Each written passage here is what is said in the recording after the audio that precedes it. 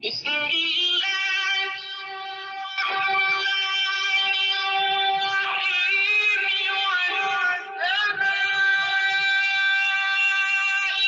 والطارق وما أدراك ما الطارق النجم الثاقب إن كل نفس لما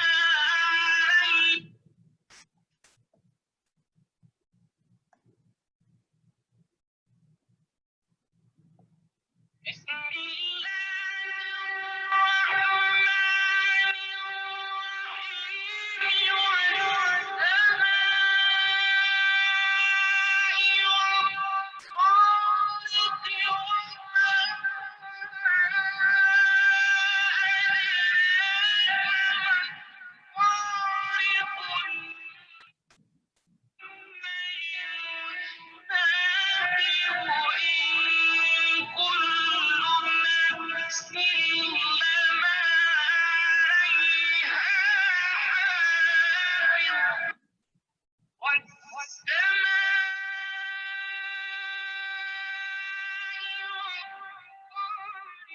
والطارق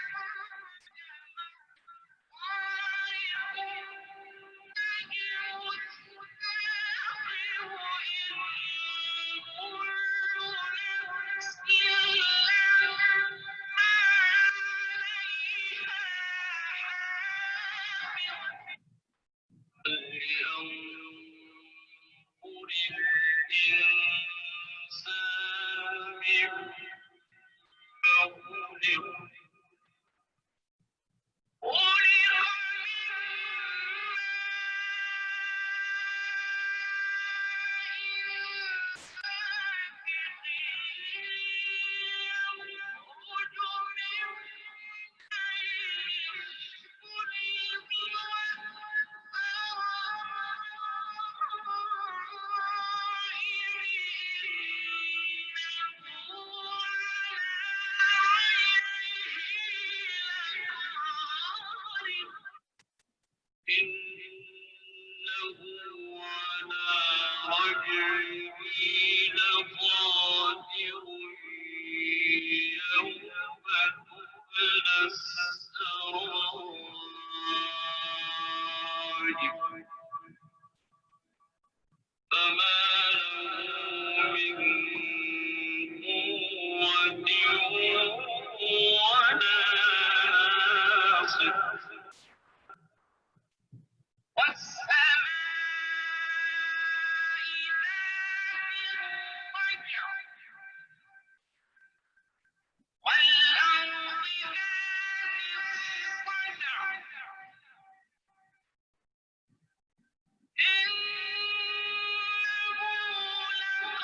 الطارق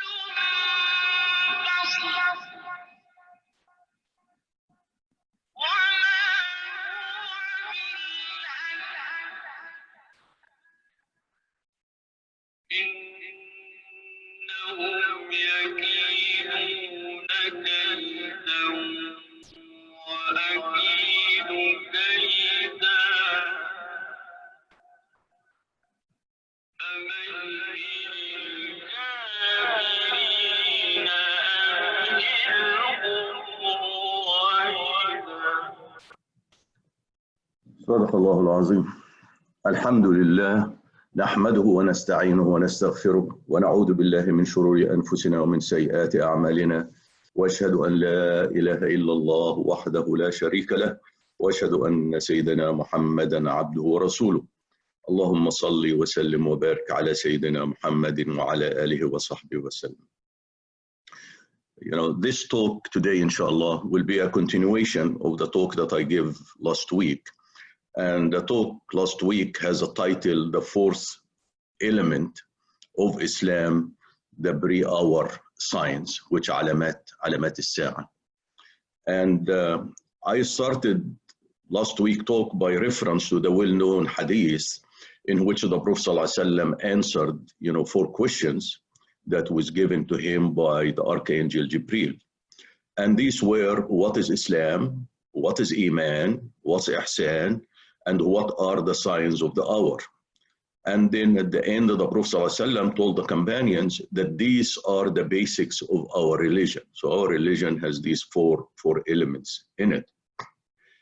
You know, these four elements, we said, address all aspects of our life, current and future, because the definition of Islam, actual definition of Islam, provide the physical ritual that involve our personal relationship with Allah subhanahu wa ta'ala. The definition of Iman provide the articles of belief that are settled in our heart. And then the definition of Ihsan provide the control that we must consider in our relationship with all creation. And this control is that we are always under the continuous monitoring of Allah subhanahu wa ta'ala. The fourth element of the religion is the signs of the Day of Judgment. And these represent future events that we as Muslims need to know of to be prepared for them, particularly since most of these signs represent the tribulation and the challenges. I stated actually at that time that why we need to study these signs of hour. I said there is two elements. One of them to develop technologies that protect humanity in face of these expected calamities. And the second one to allow us for better understanding of certain surahs of the Quran that seems unclear without taking these signs into account. But I will add another third reason, and this to realize that these signs are given as warning that unless mankind follow the commands of Allah subhanahu wa ta'ala, they will be destroyed as Allah have destroyed nations before them. Unfortunately, frankly, when we look at the world today, we know that we are committing a combination of violation and atrocities that each of them caused the previous nation to be destroyed.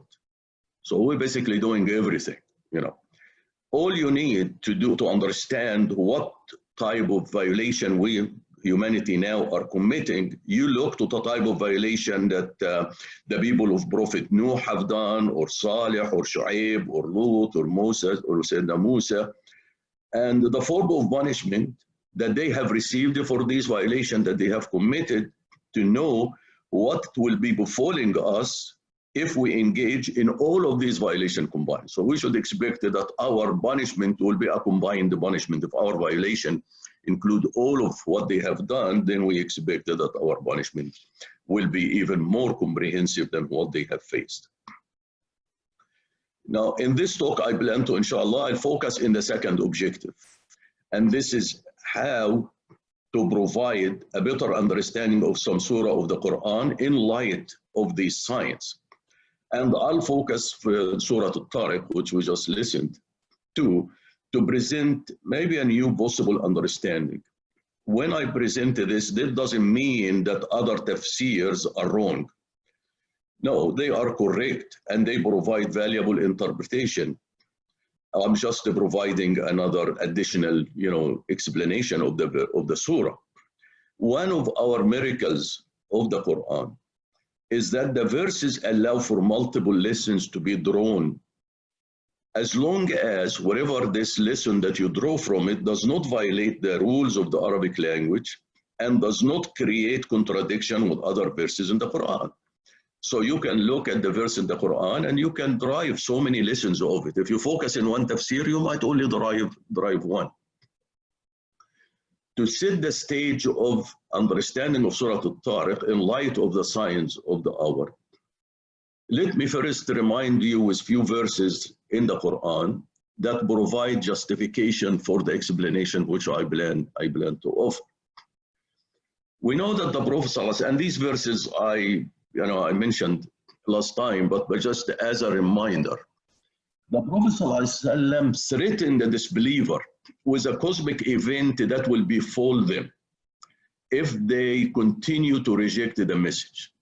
And obviously, whatever threat the Prophet ﷺ have made, Islam is a universal religion. The message of the Prophet is a universal message to all mankind.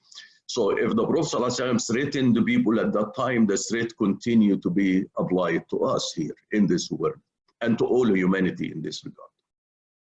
Now, okay, so anyway, so I said, just to continue, the Prophet ﷺ have made threat about this cosmic event to them, and what they told him, as we read from Surat Al-Isra here, it says, that, okay, we are not going to believe, we are not going to believe until تسقط السماء كما زعمت علينا كسفا, until you cause the sky to fall upon us in pieces as you claimed. So obviously the verse clearly stated that the Prophet ﷺ made the threat to them because they said, as you claimed. The same threat actually was confirmed in Surat Al-Shu'ara with some details. And the Surat Al-Shu'ara provide the details that whatever comes the sky from them will cause them to stand with their necks stretched, so their eyes will continue be focusing on it. And this is why Allah subhanahu wa ta'ala says, Shara, in Nasha, ننزل عليهم من السماء آية فظلت أعناقهم لها خاضعين. If we will, we can send down for them a sign from the sky on which their necks will stay in submission. Now, as long as there is people who continue to reject the Prophet ﷺ and his message, this threat will continue, will remain. And the punishment from the sky will still can come. And in Surah Saba, Allah subhanahu wa ta'ala provided the warning and that repeat the warning, but expanded a little bit and provide that this warning is not only something is going to happen from the sky, but also the earth itself will have sinkholes and the fractures in it that can swallow them. Allah subhanahu wa ta'ala says in Surah Saba, إِن نَشَأْ نُخْسِفْ بِهُمِ الْأَرْضَ أَوْ نُسْقِطْ عَلَيْهِمْ كِسَفًا مِنَ السَّمَاءِ إِنَّ فِي ذَلِكَ لَآيَاتٍ لِكُلِّ عَبْدٍ مُنِيبٍ. So if we will, we would make the earth swallow them or cause pieces from the sky to fall upon them.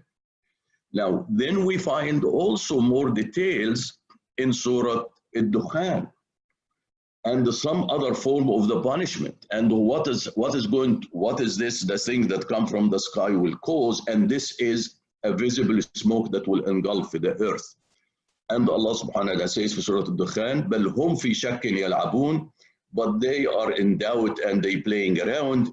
فَارْتَقِبْ يَوْمَ تَأْتِ السَّمَاءُ بِدُخَانٍ مُبِينٍ يَغْشَى النَّاسِ هَذَا عَذَابٌ أَلِيمٌ. So wait for the day when the sky will produce visible smoke that will envelop them. This is a painful punishment. Now, in Surah Al-Najm, Allah subhanahu wa ta'ala tells us that this warning is imminent. It is not something is going to become for so long, but we also remember that, the day in Allah with Allah subhanahu wa ta'ala is like 1,000 years from what we count. So imminent. That could be, since the Prophet ﷺ, this is now almost 1,500 years. So who knows when it's going to happen. But Allah subhanahu wa ta'ala says, أَزِفَتِ الْآزِفَةِ لَيْسَ لَهَا مِن دُونِ اللَّهِ كَاشِفَةٌ. The imminent event has approached. There is no one beside Allah can disclose it or can remove it. Now, this punishment will be very expansive that every town will see it, as we can infer also from Surah Al-Isra. Allah subhanahu wa ta'ala says, وَإِن مِّن قَرْيَةٍ إِلَّا نَحْنُ مُهْلِكُوهَا قَبْلَ يَوْمِ الْقِيَامَةِ أَوْ مُعَذِّبُوهَا عَذَابًا شَدِيدًا كَانَ ذَلِكَ فِي الْكِتَابِ مَسْطُورًا. That there is no town, but we will destroy it before the day of resurrection. So the destruction will happen before the day of judgment, before the hour comes. Or punish it with severe punishment that is set forth in the book. So based on these verses, as well others, we understand that mankind will be subjected to a threat, or there is a threat that will come to them from the sky.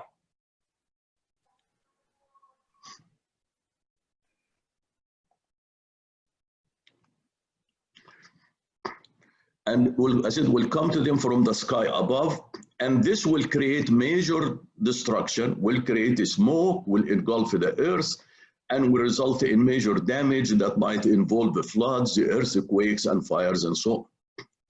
Now, the verses in the Quran also suggest that this punishment is imminent.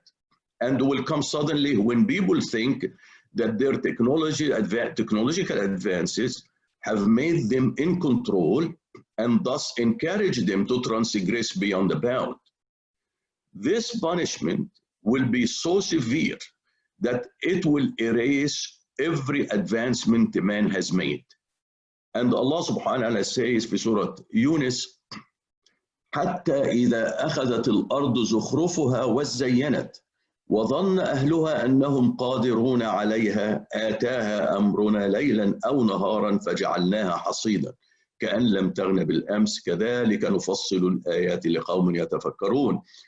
Until when the earth took its ornament and was fully embellished, and its people thought that they had control over it, our command comes to it at night or by day, and we turn it into a clean mown harvest. Hasidan means that wherever you have a crop of like wheat and then you mow it, you cut it and mow it, then that's what it becomes. It becomes like with this type, so nothing really in it now. As if it had not flourished in earlier day. This is how we elaborate our revelation for people who reflect. So if we examine the different verses in the Quran that discuss the punishment of the past nation, it was always because a dominant violation that make them prosecute, the believers and the weak. If we examine our situation now, we know that we are committing their combined sins, and the believers are persecuted all over the world, including the so-called Muslim countries. In the slides that you see, these are people from Yemen. That is their situation now. And you look on the right, and you see the rich and the wealth that, that everybody have been, basically watching here.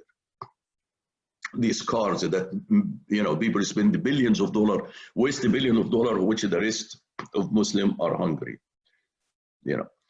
Forget about even the killing and everything else that's happening all over the Muslim world. So we should not actually be surprised if Allah's punishment is ready to be released, upon them and upon us. And it's not in this type, the punishment will not befall a specific nation as in the past, but it will befall over all the earth, because frankly, all of the earth or all of the people in the earth are guilty, either directly by committing the atrocities or by fully aware of it and doing nothing about it to prevent it. And Allah makes it very clear that passivity, when you see a crime, is a punishment, is deserved for punishment, and Allah subhanahu will condemn those people. And Allah subhanahu says in Surat Al-Ma'idah, لُعِنَ الَّذِينَ كَفَرُوا مِنْ بَنِي إِسْرَائِيل, that the curse على لسان داوود وعيسى ابن مريم, that the curse by the tongue of Sayyidina Dawood, Sayyidina Isa, and son of Maryam was pronounced in those who disbelieve from among the children of Israel. Why? بِمَا عَصَوْا وَكَانُوا يَعْتَدُونَ, because of their, because disbelief and disobedience, and which is a transgression. وَكَانُوا, and this is the important part, وَكَانُوا لَا يَتَنَهُونَ عَنْ مُنْكَرٍ فَعَلُوهُ, they do not restrain one another from the evil they committed. لَبِئْسَ مَا كَانُوا يَفْعَلُونَ, evil indeed was what they have done. So the point is, that if you watch what is happening around the world and you do nothing, even if you are, even whatever you can do, even by a dua for them, dua may be against, those people who are committing the atrocity, dua for those people who are subjected to these atrocities, that's at the least any person can do. So if not, then the curse will befall, everybody.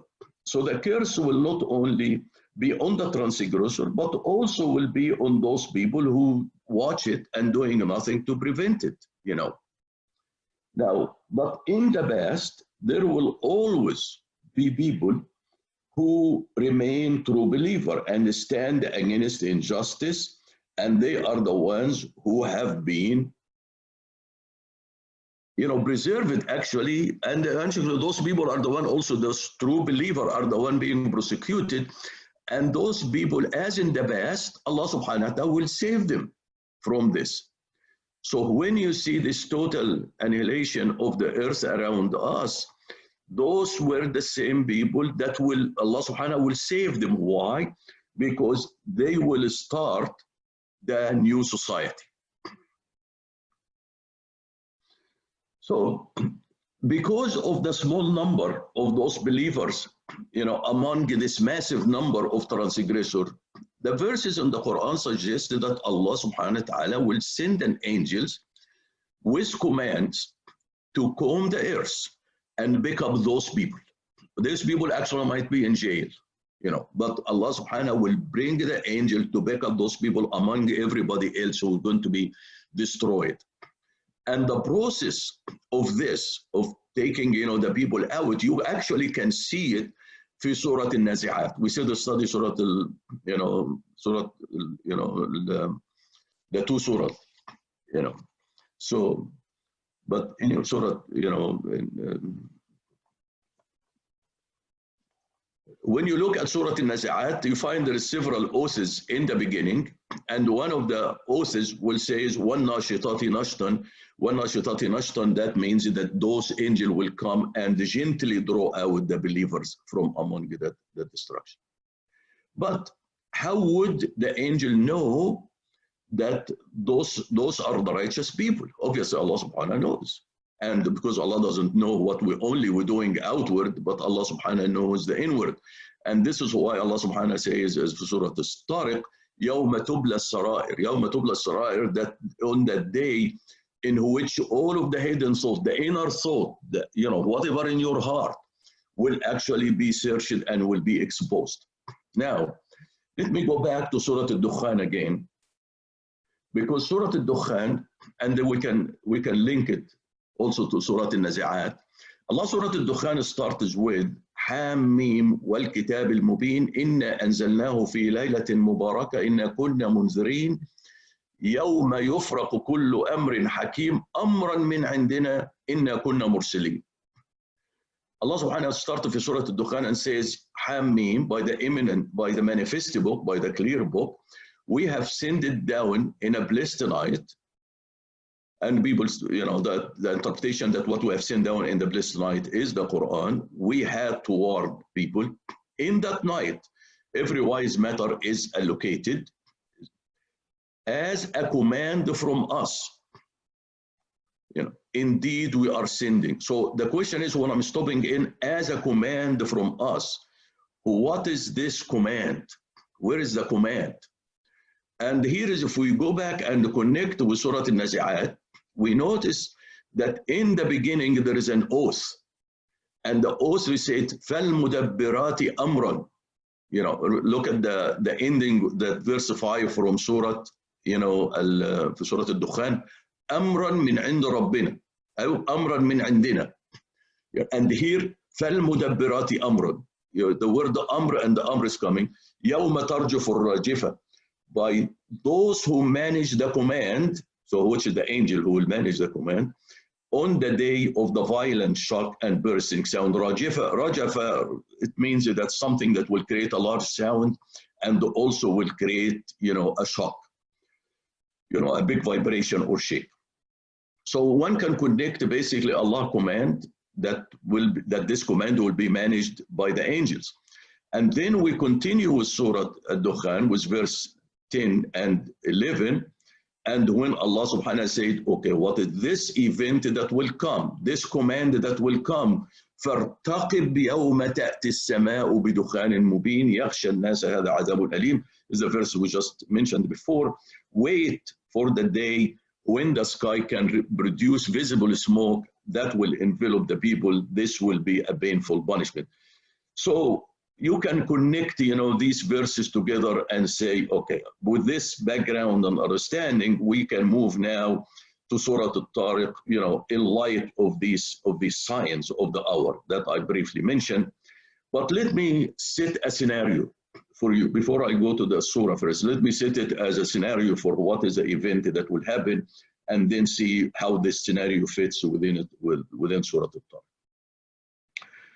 We know that our Earth is surrounded with a protective cover to protect it from many cosmic events that happen outside our Earth.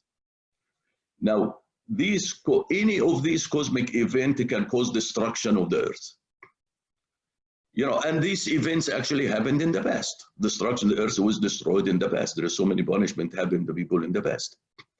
One can speculate that these things will come from the sky above us and make people freeze looking at it as it approaches whatever is coming from the sky, and will create a shock, bursting sound, major fire, and will engulf the Earth with smoke, and will cause massive death and destruction to our civilization by rendering all our communication system, electrical system useless. Now, there is two possible scenarios for this. And it can become as a massive asteroid or a huge solar flare that will be able to pass through the upper atmosphere that protects the Earth from each event that occur frequently but rarely reach the Earth. But on one day, Allah subhanahu wa ta'ala will allow either asteroid or a solar flare to pierce through the Earth's protective layer, and it will come knocking on the surface on the Earth, penetrating it, resulting in a major destruction and massive death. Just keep in mind, I'm just taking the verses, I'm trying to draw a scenario here. So now, according to researchers actually of Earth and the planetary sciences, they said such an event can wipe out the entire continent or even cause civilization to collapse. But the issue is, if this will be the end of life on Earth, no. As much as what happened before when Allah destroyed other nations, He saved the righteous people that they started all over again and formulated the new nations now. So this will be the same thing here. This will not be the end of life on Earth, but it will be the beginning of new civilization from those righteous people whom Allah have saved, similar, as I said, to what happened in the past. Allah destroyed many past nations and only saved the Prophet and the few believers. And they were the catalyst for forming the new societies. As example, I said the destruction that happened to the people of Sayyidina Nuh, Lut, Salih, Shu'aib, and others. Yeah. So then there is a similitude of this, of when things comes out from a sky, so many of them, but only one thing will be able to penetrate and cause the destruction. And as part of that destruction will be a creation of a new life. Let me put this, this similitude. If you look this picture here, on the right-hand side, what you see asteroid is coming, attacking, multiple of them is coming to try to attack the Earth, but one of them only will be able to go and penetrate the Earth, to destroy and create new life, be the reason for creating a new life. Now, if you look to the left slide, the left slide is actually the creation of a new life too.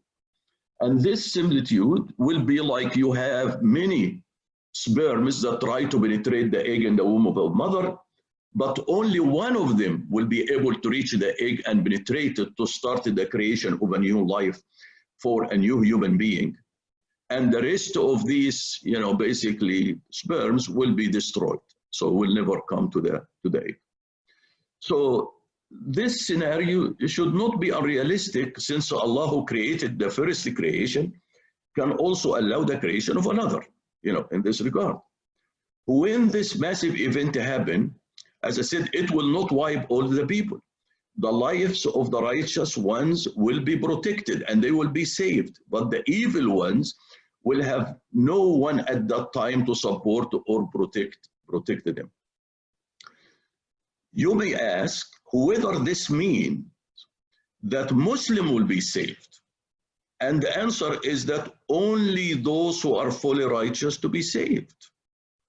Those who are righteous are those whom Allah identifies based on exposing what is in their hearts and not based on what they claim. Because we see many atrocities has been done by Muslims around the world and on Muslims.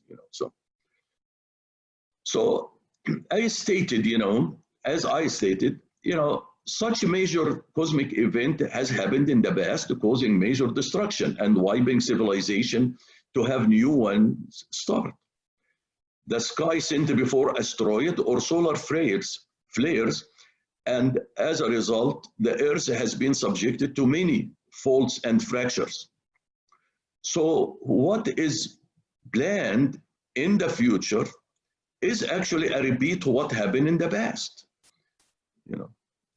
Though it will happen in a more massive scale in this case. Al-Quran, actually Allah subhanahu wa ta'ala revealed for us in the Quran that future events reveal to us this future, what is happening in the future, so we can take heed. As in the past, though it was on a limited scale, people plot to prosecute and get rid of the righteous and the true believers of Allah. You can see this happening in front of us today, including in many countries, including the so-called Muslim countries. Do you think that Allah subhanahu wa ta'ala is not aware of this? Obviously He is. But Allah has His own plan, and He will execute His plan on His own time.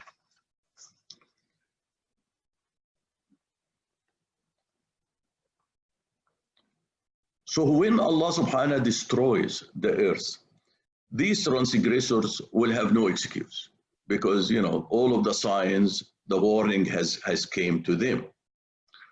And then when it comes, Allah subhanahu wa ta'ala, as He said in Surat Al-Qamar, كذبوا بآياتنا كلها فأخذناهم أخذ عزيز مقتدر. That أكفاركم خير من أولئك أم لكم براءة في الزبر. Allah subhanahu wa ta'ala said in Surat Al-Qamar, they rejected our signs, so we seized them as seizure by one mighty powerful. Or the disbeliever among you is better in a better position than all of the people whom Allah punished before them?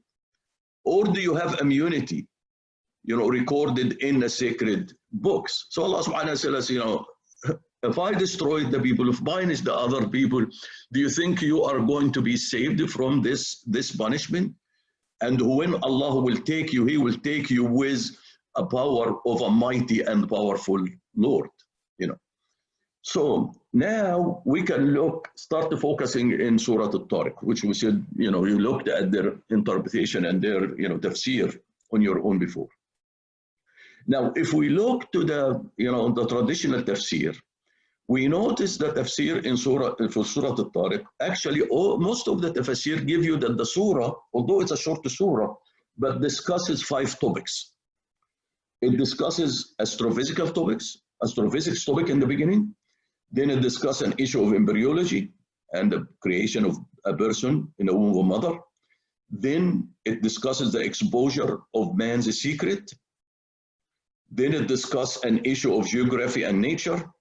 And the 5th one, it discusses the plots that man makes and the plans of Allah subhanahu wa ta'ala. So these 5 topics are discussed. Sometimes you look at it and try to link it together, but it might be sometimes difficult. But what I'm keeping with the scenario that I just suggested now, I'm going to look at Surat Al-Tariq and presented as one topic, and said the surah addressed one topic. And this topic related to a cosmic event that actually related to the name of the surah and the beginning of the surah. So let us start with the surah. The surah starts with وَالسَّمَاءِ وَالطَّارِقِ وَمَا أَدْرَاكَ مَا الطَّارِقِ. By the sky and the one. Tariq coming from taraqa. Taraqa means taraq al-bab, when you knock in the door. So a tariq is something, the one that knocks. And then Allah subhanahu wa ta'ala says, what may you let you know what is the one that knocks? What is this that comes and knocking? Then Allah said in the second verse, what is that knocker that comes and knock? And najmu saqib, that this piercing star. Now, so Allah subhanahu wa ta'ala make an oath with something that will come, knocks, and then pierce. And what I'm saying based on the scenario that I provided to you before, that this oath of a star that come and pierces the earth and from the sky, creating a large knocking sound. And now you can see the picture here on the right, something coming, attacking the earth, and then you see the picture when you are drilling something. Saqib means make a hole, you know, that's something make a hole. And you can see when something comes, knocks and make a hole, it almost create the sparks and the fire and so on, like you can see from, you know, something hitting, you know, a star hitting the earth. Now, then Allah subhanahu wa ta'ala moves and says in the second verse, in kullu nafsin lamma alayha hafiz. So at that time, when it comes and knocks, hits the earth, that every soul, but it has a protector over it. That means not everybody will be impacted by it, because Allah can protect. In spite of these major events come to the earth, Allah is the savior or protector of every soul. So Allah subhanahu wa ta'ala can protect, you know, a special souls. Then Allah subhanahu wa ta'ala give this similitude that I gave before and said, فَلْيَنْظُرُ الْإِنسَانُ مِمَّا خُلِقَ خُلِقَ مِنْ مَاءٍ دَافِقٍ يَخْرُجُ مِنْ بَيْنِ الصُّلْبِ وَالتَّرَائِبِ. So let man consider what he is created from. He is created from a spouting water that comes out from between the loins and the ribs. So what I'm saying, the way it links, this verse links before, let man reflects on the similitude of a piercing star that will penetrate the earth and cause damage, yet creates a new life, which is like the sperm that comes out of a spouting, you know, fluid and penetrates the egg to create a new life. Then Allah subhanahu wa ta'ala make an assurance. And he said, إِنَّهُ عَلَى رَجْعِهِ لَقَادِرٌ. Surely, he, Allah, is powerful to bring him back. So while the piercing star will destroy humanity, but Allah subhanahu wa ta'ala can create new humanity, you know. And we see this happen in the past too. You know, destruction of civilization happens and new civilization came up. So Allah subhanahu wa ta'ala, إِنَّهُ عَلَى رَجْعِهِ لَقَادِرٌ.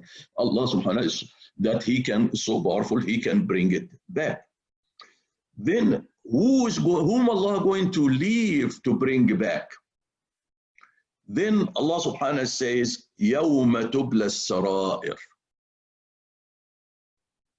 يَوْمَ تُبْلَى السَّرَائِرُ فَمَا لَهُ مِنْ قُوَّةٍ وَلَا نَاصِرٍ. On that day when all of the secrets inside every human being will be exposed, and everyone will have neither power nor supporter, obviously, except Allah subhanahu wa ta'ala. So everything will come out, you know, forever. Allah subhanahu wa ta'ala knows it.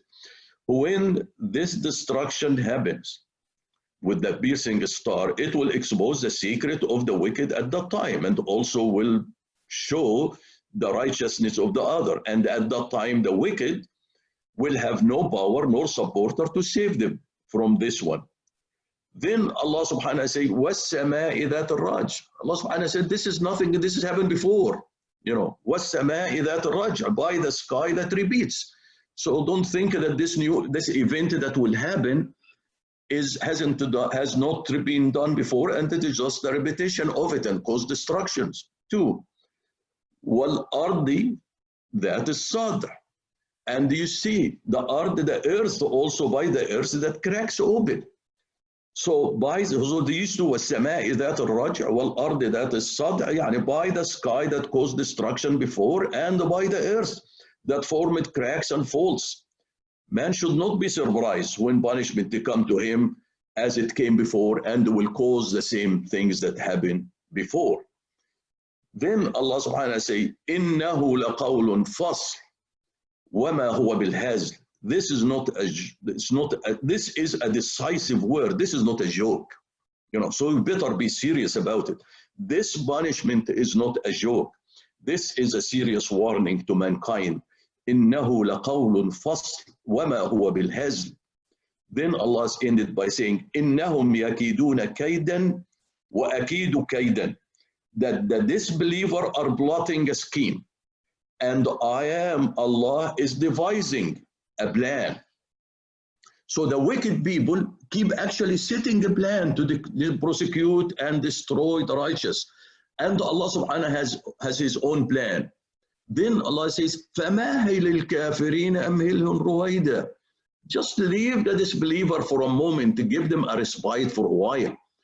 So the surah is ending by saying, let the disbeliever keep in their devious plots.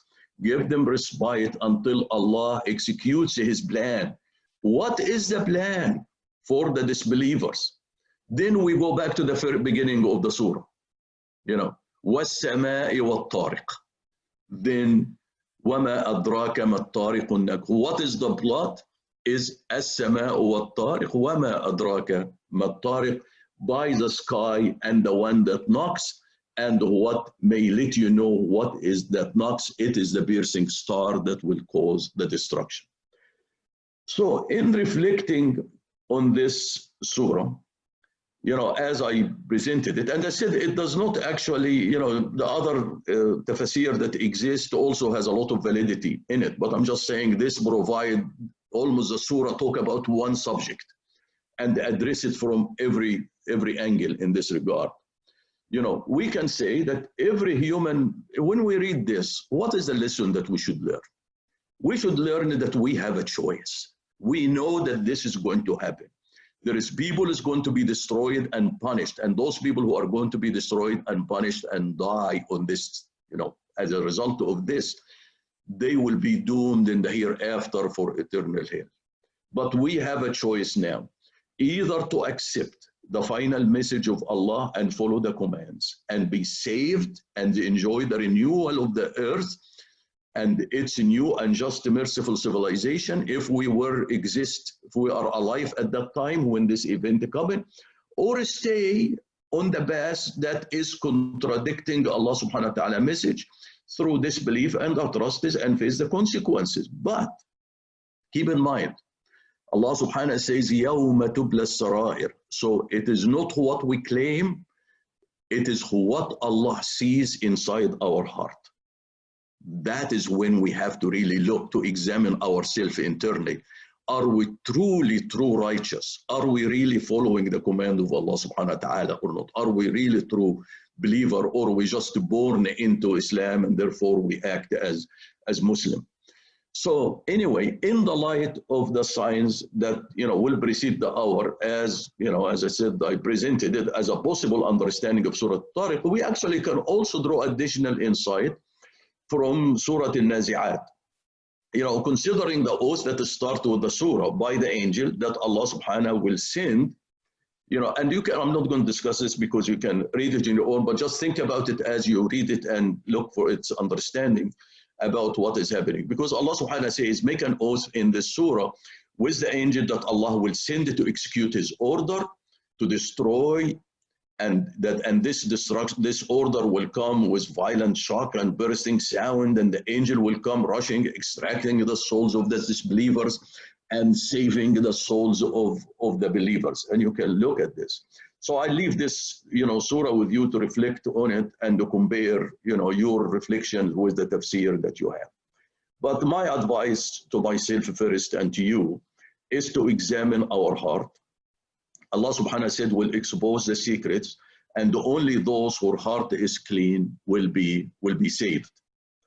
Now, the sign I discussed today, if you look at the hadith, it is actually the first of the major signs. Prophet ﷺ said that Dukhan is the first. There's 10 signs the Prophet ﷺ mentioned. One of them is the Dukhan, and the Dukhan is the first one. But there are obviously many other signs that that have been classified as minor, and many of them has been materialized. I think last time I discussed a few of them.